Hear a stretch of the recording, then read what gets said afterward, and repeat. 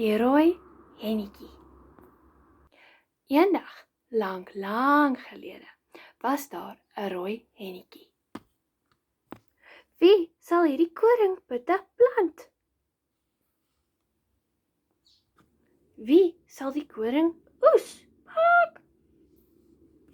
Wie sal die koring dors? Wie sal die koring meule toeneem? Wie sal brood van die meel maak? Nie ek nie, kwak. Nie ek nie, miauw. Nee ek nie, woef. Dan sal ek maar, kwak. Wie sal die brood eet? Ek sal, kwak. Ek sal, miauw.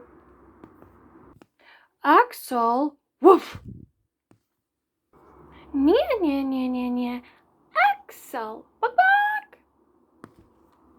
En toe het die rooi hennetjie al die brood alleen opgeëet.